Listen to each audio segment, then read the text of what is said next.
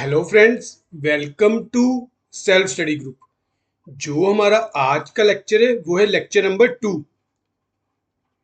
और हमारा टॉपिक कौन सा चल रहा है फ्रेंड्स? हमारा टॉपिक चल रहा है account from incomplete record. Book का कौन सा चैप्टर है? बुक का चैप्टर नंबर है 22। प्रीवियस लेक्चर में फ्रेंड्स हम लोगों ने मीनिंग कर लिया था, यूजेस कर लिए थे, लिमिटेशन कर लिए थे, डिफरेंस कर लिया था। अब इस लेक्चर में देखेंगे कि हमने जो अपना प्रॉफिट और लॉस निकालना होता है इनकम्प्लीट रिकॉर्ड में वो कैसे निकाल सकते हैं। हमारे कौन कौन से मेथड है? जैसे इसमें आपके दो मेथड्स हैं, एक तो स्टेटमेंट ऑफ अफेयर मेथड और एक आपका जो है वो है कन्वर्जन मेथड। ये दोनों के ही फ्रेंड्स हमारे प्रैक्टिकल और इलेस्ट्रेशंस हैं। इलेस्ट्रेशंस और प्रैक्टिकल है, दोनों के बेस पे। तो उसके बाद पहले तो ये निकाल लेंगे प्रॉफिट और लॉस कैसे निकालना, उसके बाद जो डिफरेंस है बैलेंस शीट का और स्टेटमेंट ऑफ अफेयर का वो देखेंगे। और इसके बाद जो हमारी थ्योरी हो जाएगी, थ्योरी का पोर्शन हमारा फिनिश हो जाएगा। तो उसके बाद हम इजिली शुरू कर लेंगे अपने इलेस्ट्रेशंस। तो सबसे पहले तो असर्टनमेंट करते हैं, प्रॉफिट एंड लॉस निकालते कैसे हैं। आपके दो तरीके हैं, एक तो स्टेटमेंट ऑफ अफेयर मेथड और एक conversion into double entry method. कि आप लोगों ने इनकम्प्लीट रिकॉर्ड को पहले कन्वर्जन करना है, किसमें? डबल एंट्री मेथड में। तो सबसे पहले तो स्टेटमेंट ऑफ अफेयर, इसमें क्या होता है अकॉर्डिंग टू दिस मेथड। अब ध्यान से फ्रेंड्स, क्योंकि ये आपके लिए इसलिए जरूरी हो जाता है, इसमें आपको पता होना चाहिए कि कैसे हमने ओपनिंग कैपिटल निकालनी है, कैसे हमने क्लोजिंग कैपिटल निकालनी है। Profit are ascertained by comparing the capital at the end and capital at the beginning of the accounting period. सबसे पहले तो आपको कैपिटल पता होनी चाहिए एट द एंड, साल के लास्ट में आपकी कैपिटल कितनी है और ईयर के स्टार्टिंग में आपकी कैपिटल कितनी है एक पर्टिकुलर अकाउंटिंग पीरियड में। इफ दी, अब यहां पे if the capital at the end of the accounting period is more then at the beginning, अगर आपकी जो क्लोजिंग कैपिटल है वो मोर देन है किसके? ओपनिंग के। फिर क्या है? ये हमारा क्या है, जो डिफरेंस है वो क्या है? प्रॉफिट है। In case closing capital is less than opening capital और ओपनिंग कैपिटल हमारी ज्यादा है, तो ये क्या है हमारा? ये लॉस है। इतना राइट डाउन अप कर लो। आगे इसी ने यही बोला हुआ है। Next, as such, in order to ascertain profit according to this method, it is necessary to calculate the capital at the beginning of the year and also at the end of the year. हो सकता है कि हमें एक capital दी हो question में, या तो ओपनिंग कैपिटल दी हो और हमें बोले कि क्लोजिंग कैपिटल निकालो आप, या फिर क्लोजिंग कैपिटल दी हो और हमें बोले कि ओपनिंग कैपिटल निकालो, या फिर कहे कि दोनों ही कैपिटल आप लोगों ने निकालनी है। तो इस कैपिटल को निकालने के लिए फ्रेंड्स हम लोग कौन सा अकाउंट मेंटेन करते हैं? हम लोग करते हैं स्टेटमेंट ऑफ अफेयर का अकाउंट, जिसमें हमने जैसे सेम बैलेंस शीट की तरह ही एक तरफ तो हमारी क्या होगी, एक तरफ तो हमारी सारी लाइबिलिटीज होगी और दूसरी तरफ हमारे सारे एसेट्स होंगे। और जो हमारा बैलेंसिंग फिगर बच गया वो हमारा क्या होगा? वो हमारी कैपिटल होगी। ये लो बैलेंसिंग फिगर। इसमें कौन कौन सी आइटम्स हैं? Cash in hand, asset side, cash at bank, bill receivable, sundry debtor, stock, prepaid expense, accrued income, furniture, plant, machinery, land, सारे एसेट्स। जो सारे एसेट होते हैं वो जो रह गए वो भी इधर आएंगे। बैंक ओवरड्राफ्ट लाइबिलिटी आपकी, bill payable, sundry creditor, outstanding expense, income receive in advance. और जो हमारा डिफरेंस बच गया वो क्या है? क्लोजिंग कैपिटल या फिर capital balancing figure. Opening capital भी हो सकता है कि हम ये प्रीवियस ईयर का अकाउंट मेंटेन कर रहे हो। ये हमें क्वेश्चन को देख के पता चलेगा कि कौन सी हमने ये कैपिटल निकाल रहे हैं। ठीक है फ्रेंड्स? तो capital at the beginning is calculating by comparing an opening statement of affair and similarly capital at the end is calculating bye preparing A closing statement of affair. ये आपको उसमें पता चल जाएगा कि आपकी क्लोजिंग है या फिर ओपनिंग की है। Next, if the total liability is deducted from the total asset side of the statement of affair, the balance will be taken as capital। जैसे हमारी अकाउंटिंग इक्वेशन है, एसेट्स आपकी जिन बच्चों ने तो अच्छे से चैप्टर देखे हुए आपको पता है asset is equal to capital plus liability. ये हमारी एक अकाउंटिंग इक्वेशन है। ये मेरे को एग्जैक्ट चैप्टर नहीं याद कि आपका कौन सा चैप्टर था, पर ये हमने प्रीवियस जो स्टार्टिंग के चैप्टर थे ना फ्रेंड्स, उसमें हमने अकाउंटिंग इक्वेशन का ये एक चैप्टर किया था कि आपकी जो अकाउंटिंग इक्वेशन, ये आपको मैं देख रहा हूं जो चैप्टर नंबर 6 थे, कि चैप्टर नंबर 6 में हमारी अकाउंटिंग इक्वेशन थी capital is assets are always equal to capital plus liability. और इसके ऑपोजिट कर लो, अगर कैपिटल इधर ले आओगे एसेट्स उधर ले जाओगे तो क्या हो जाएगा, assets minus liability is equal to capital. अगर आप लाइबिलिटी इधर ले आओगे एसेट माइनस कैपिटल कर देना, एक ही बात है। Although the asset and liability are recorded in the statement of affairs just like a balance sheet, it should not be described as balance sheet because of the following differences. अब कुछ student सोच रहे होंगे कि अगर तो हम assets और लाइबिलिटी रिकॉर्ड कर रहे हैं स्टेटमेंट ऑफ अफेयर में, फिर हम इसको बैलेंस शीट क्यों नहीं बोलते? क्योंकि बैलेंस शीट में भी तो एक साइड एसेट साइड, एक साइड हम लाइबिलिटी रिकॉर्ड करते हैं और दूसरी साइड हम एसेट रिकॉर्ड करते हैं, तो फिर हम स्टेटमेंट ऑफ अफेयर क्यों बोलते हैं इसको? वो अब आगे इसके आपको डिफरेंसेस बताए हुए हैं कि क्या क्या डिफरेंसेस है। सबसे पहले तो डबल एंट्री सिस्टम। जो हमारी फ्रेंड्स बैलेंस शीट होती है वो बेस्ड होती है डबल एंट्री सिस्टम पे। It is prepare with the list of ledger balances drawn from the books of account kept on the basis of double entry.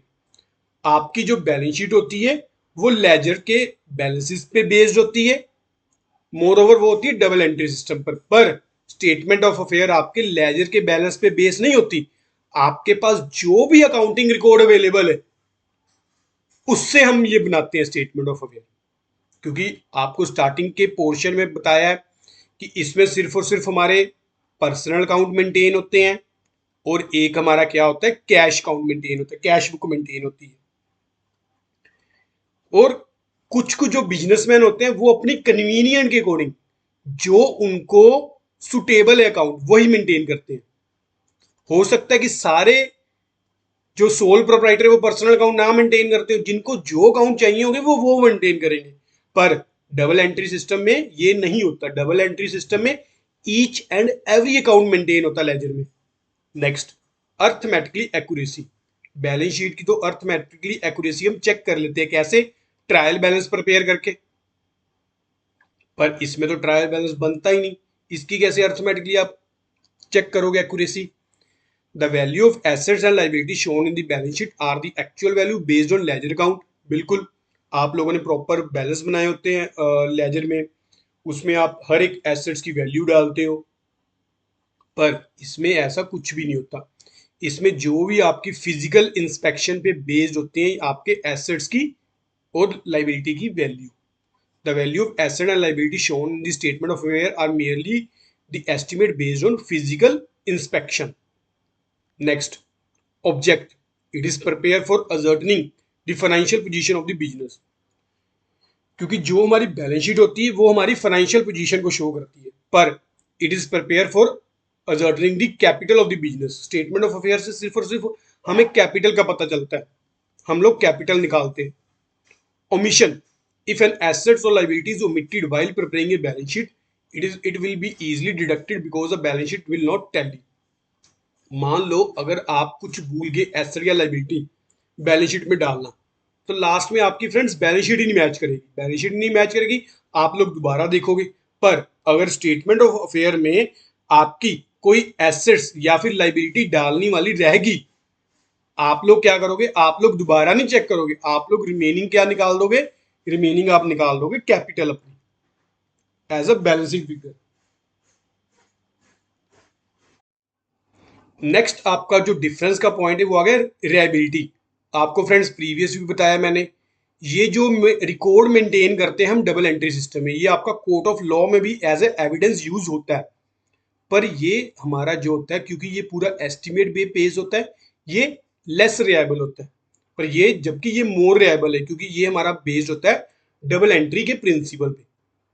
Next, calculation of profit. अब आप लोगों ने अब क्वेश्चन करने हैं प्रैक्टिकल के, आप प्रॉफिट कैसे निकालोगे वो स्टेप बाय स्टेप बताया गया, वो देखते हैं। सबसे पहले तो step 1, prepare statement of affair at the beginning for calculating the capital at the start of the year. सबसे पहले तो आपको ओपनिंग कैपिटल पता होनी चाहिए, उसके बाद आपको क्लोजिंग कैपिटल पता होनी चाहिए। Next, adjust the closing capital by adding into. अब क्लोजिंग कैपिटल में आप लोगों ने क्या ऐड करना है? Closing capital plus drawings. अगर साल के दौरान आप लोगों ने कुछ पैसे बिजनेस में से विड्रॉन कर लिए, उनको हम क्या प्लस प्लस करेंगे? क्लोजिंग कैपिटल में। और इसमें से डिडक्ट क्या करेंगे?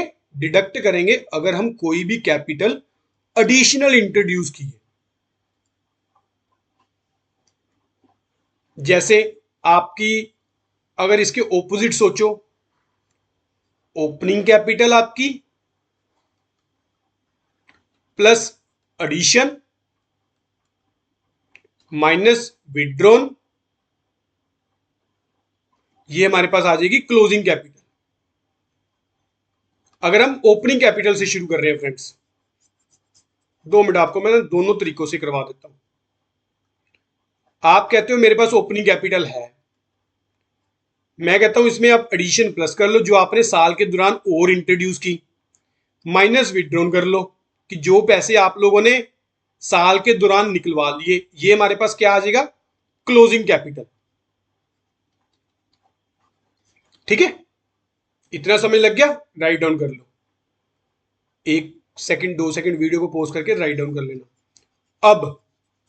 अब आप कहते हो कि सर हमारे पास तो क्लोजिंग कैपिटल है, फिर आप ऑपोजिट चलो, जो आपने पहले प्लस किया था उसको माइनस कर दो, जो आपने माइनस किया था वो प्लस कर दो, ऐड इसमें ड्रॉइंग्स कर दो, लेस इसमें एडिशन कर दो जो आपने कैपिटल एडिशन की है, तो ये हमारे पास क्या आ जाएगा? ये हमारे पास आ जाएगा ओपनिंग कैपिटल। और ओपनिंग कैपिटल और क्लोजिंग कैपिटल दोनों का डिफरेंस क्या हो गया?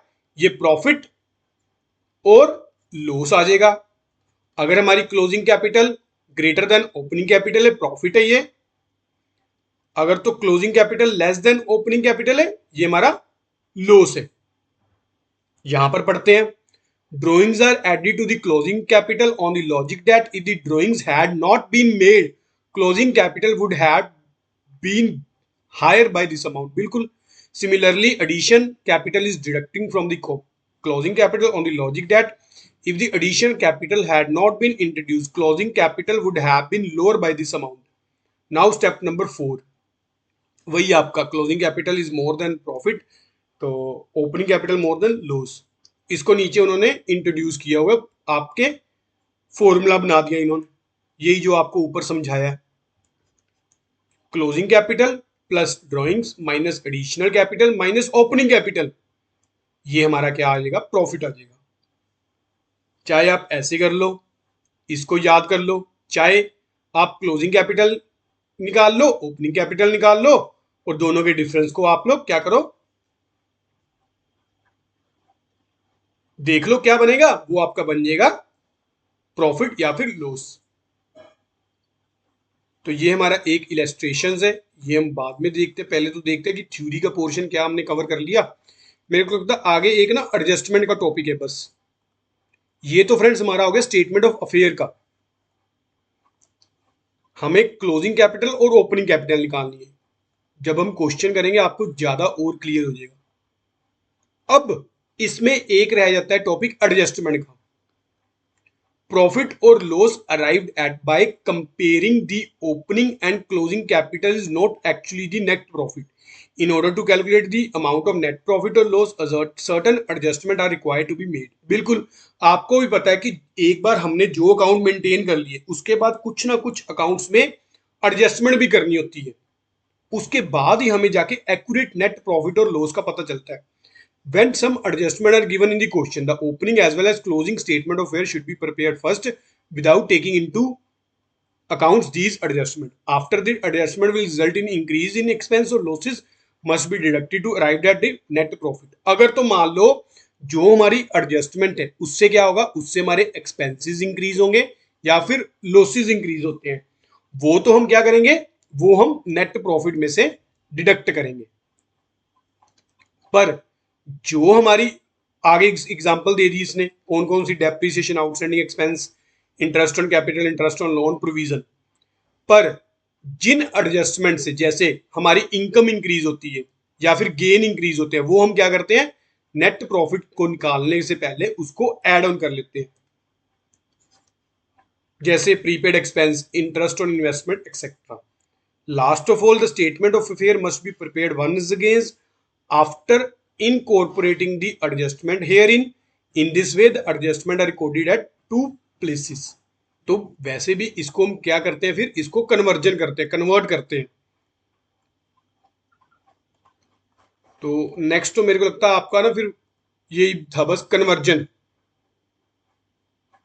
Conversion of single entry into double entry system is not as required as per syllabus, hence it is not discussed in this chapter.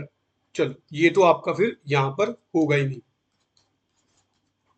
बाकी आपको ये, जब आपने ये कर लिया ना फ्रेंड्स, ये कन्वर्जन ही है पर सिंपल एडजस्टमेंट की। चलो कोई ना, हम जितना हमारे सिलेबस में उतना करते हैं। तो थ्योरी का जो आपका पोर्शन था फ्रेंड्स वो कंप्लीट हो गया। अब नेक्स्ट लेक्चर से हम लोग अपने इलस्ट्रेशंस शुरू करेंगे। तो होपफुली नेक्स्ट 2 या 3 लेक्चर में हम लोग इस चैप्टर को कंप्लीट कर लेंगे